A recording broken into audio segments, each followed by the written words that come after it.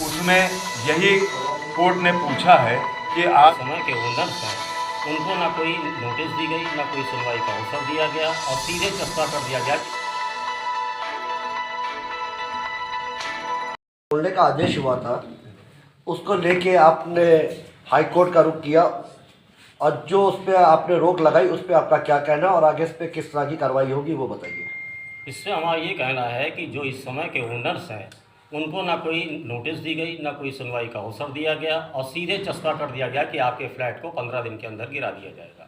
अब उनका कोई दोष नहीं है, उन्होंने तो बिल्डर से ख़रीदा, बिल्डर ने रजिस्ट्री में लिखा कि हमने सब औपचारिकताएँ पूरी कर रखी हैं और जिसने ओनर ने ख़रीदा है वो मध्यम श्रेणी के किस तरीके से पैसे लाते हैं, उनको बिना कोई सुनवाई का अवसर दिए हुए आप उनके फ्लैट को गिरा दें, उनके परिवार को सड़क पर ला दें, तो उनके बच्चे सड़क पे आ जाएंगे जिससे कि उनकी शिक्षा हर तरीके का वो होगा।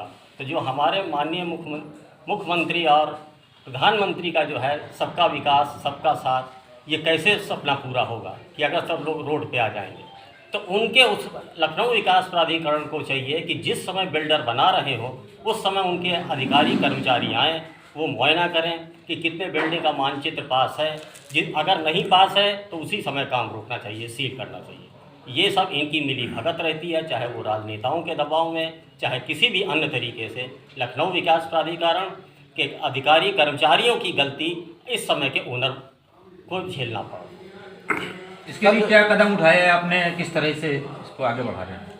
हम इसलिए कि जो सुप्रीम कोर्ट ने भी कहा है कि भाई 2024 में जजमेंट आया कि आप सड़क के किनारे हो, रोड और हाईवे पे हो, तालाब के हो, इस तरीके का अगर एनक्रोचमेंट है उसमें तो कोई रिलीफ नहीं। लेकिन अगर किसी ने बिल्डिंग खरीदी ली है और रह रहा है इस तरह का एनक्रोचमेंट पे नहीं है तो आप उसकी कंपाउंडिंग करके उसको रेगुलर कर दीजिए। हमारा यही अप्रोच है कि हमको कोई सुनवाई का अवसर नहीं दिया गया, कोई नोटिस नहीं दी और अब जहाँ पे हम फ्लैट में रह रहे हैं तो हमारे ये कंपाउंडिंग फ्लैट की कर दी जाए, इसको रेगुलाइज कर दिया जाए। उसके लिए क्या आपने कोर्ट के दरवाजे पर बोर्ड में हमने यही याचिका दाखिल की जिसमें माननीय उच्च न्यायालय ने संज्ञान लेते हुए अब इन्हीं सभी तथ्यों को और स्थितियों को देखते हुए अंतरिम आदेश पारित किया, जिससे कि ये याचीगणों को और उनके परिजनों को काफ़ी राहत मिली। आपने उन बिल्डरों के खिलाफ भी कोई कार्रवाई यस, उसी में मैंने क्लेम किया है कि इनसे हमें मुआवजा भी दिलाया जाए, उसी याचिका में, कि अलग से हमें कोई मुकदमा ना दाखिल किया जाए। राजधानी में जितने देखने को आ रहा है कि बहुत से अवैध निर्माण आए दिन तैयार हो रहे हैं, उसके लिए क्या कोई आप ऐसी रणनीति तैयार करेंगे जो कदम जो आपके साथ घटना घटी आगे किसी के साथ ना घटे?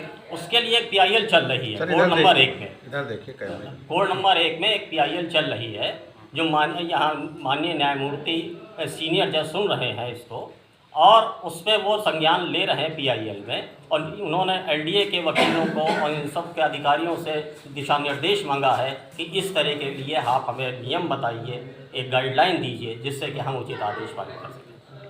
सर थोड़ा अपना परिचय दे दीजिए। मैं ब्रजेश कुमार एडवोकेट, माननीय उच्च न्यायालय खंडपीठ लखनऊ में वकालत सन 88 से वकालत कर रहा हूँ। ठीक है।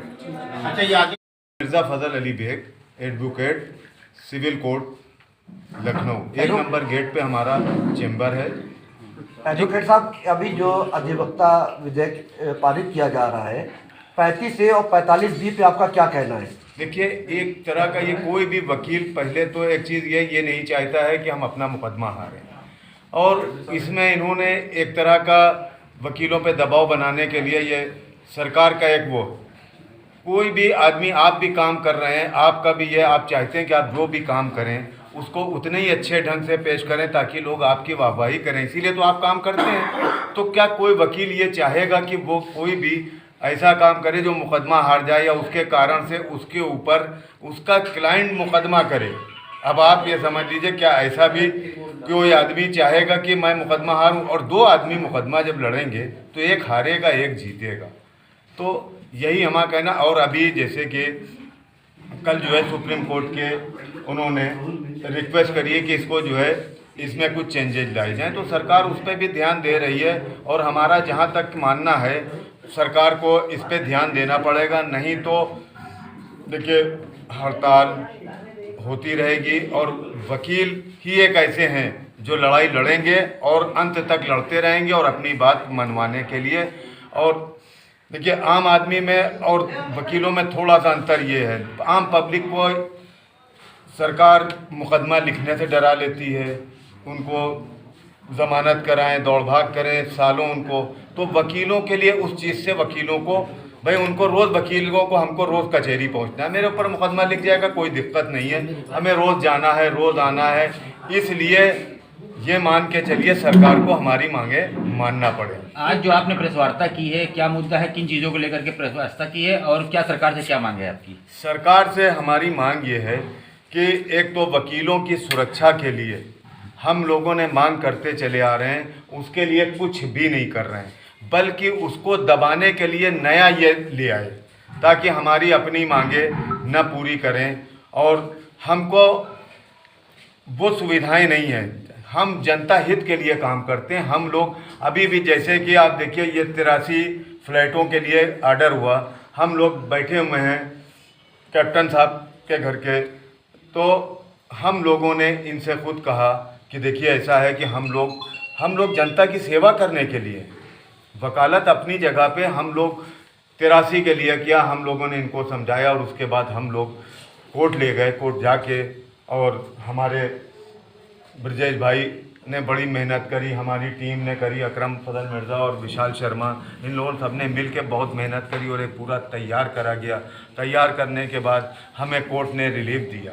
तो हमारा काम है ये कि जनता के हित की बात करना, इसीलिए हम लोग PIL वगैरह करते रहते हैं और इसीलिए आप लोगों से भी यही उम्मीद करते हैं कि आप लोग जैसे कि आज आप हमारा इंटरव्यू करके हम लोगों को ये दिखा रहे हैं, तो इससे मैसेज जाना चाहिए। और एक बात कहना चाहते हैं आप लोगों से, जैसे कि ये आप ज़रूर इन लोगों तक पहुँचिए जो लोग पीड़ित हैं फ्लैटों से, उनको सबको कोर्ट जाना पड़ेगा। बगैर कोर्ट जाए किसी तरह का कोई उनको जो है रिलीफ नहीं मिलना है, जिसी को रिलीफ मिलेगा जिसकी पिटीशन दाखिल हो। जिस तरह से राजधानी में बिल्डरों का जमावड़ा लगा हुआ है और जगह जगह अवैध फ्लैट बन रहे हैं जिसके से लोग पीड़ित हो रहे हैं, उन बिल्डरों के लिए आपका क्या मैसेज है? उन बिल्डरों के लिए बिल्डरों पे और LDA के अधिकारियों पे कार्रवाई होना चाहिए, भले कोई भी हो। आप लोग आप क्या बिल्कुल। कदम उठाएंगे? हम कदम उठाएंगे। हम लोग अभी जैसे कि अब आप सुन लीजिए कि जैसे कि बिल्डरों ने हमारे पीड़ित छोटे बैठे हुए हैं, इनका है और इन्होंने पेड़ कर दिया, मान लीजिए कि नहीं माना जाता है या कोर्ट के आदेशों का नियम अनुसार फ्लैट गिरा दिए जाएं, तो हम लोग इन बिल्डरों के खिलाफ रिकवरी के लिए मुकदमा करेंगे, उपभोक्ता फोरम जाएंगे, हाई कोर्ट हो सकता है कोई आदेश करे, अभी हम लोग एक रिट उसके लिए भी दाखिल करेंगे। 83 बिल्डिंगों की जो आपको स्टे मिला है, उसके बाद आगे की कार्रवाई आप लोग क्या करेंगे? आगे की कार्रवाई हमारी ये है कि अगर यहाँ से जैसे कि अगर सरकार कोई कानून बना देती है, पहले तो एक PIL जो चल रही है पुरानी वाली, उसमें यही कोर्ट ने पूछा है कि आप जो है सरकार क्या करेगी इनके लिए। अभी सरकार को अब अगली जो भी तारीख है, अगली तारीख पे उस पर वो लोग जवाब दाखिल करेंगे। भाई सरकार को कुछ ना कुछ तो करना ही पड़ेगा, क्योंकि इससे लाखों लोगों को पीड़ित हैं। कहाँ जाएंगे? एक आशियाना बनाने के लिए कितनी ज़्यादा लोगों को मशक्क़त करना पड़ती है, ये तो मिडिल क्लास के लोग ही जान सकते हैं। ठीक है आप सर। बिल्डर के साथ में कि उपभोक्ताओं के साथ में? हम उपभोक्ताओं के साथ में हैं।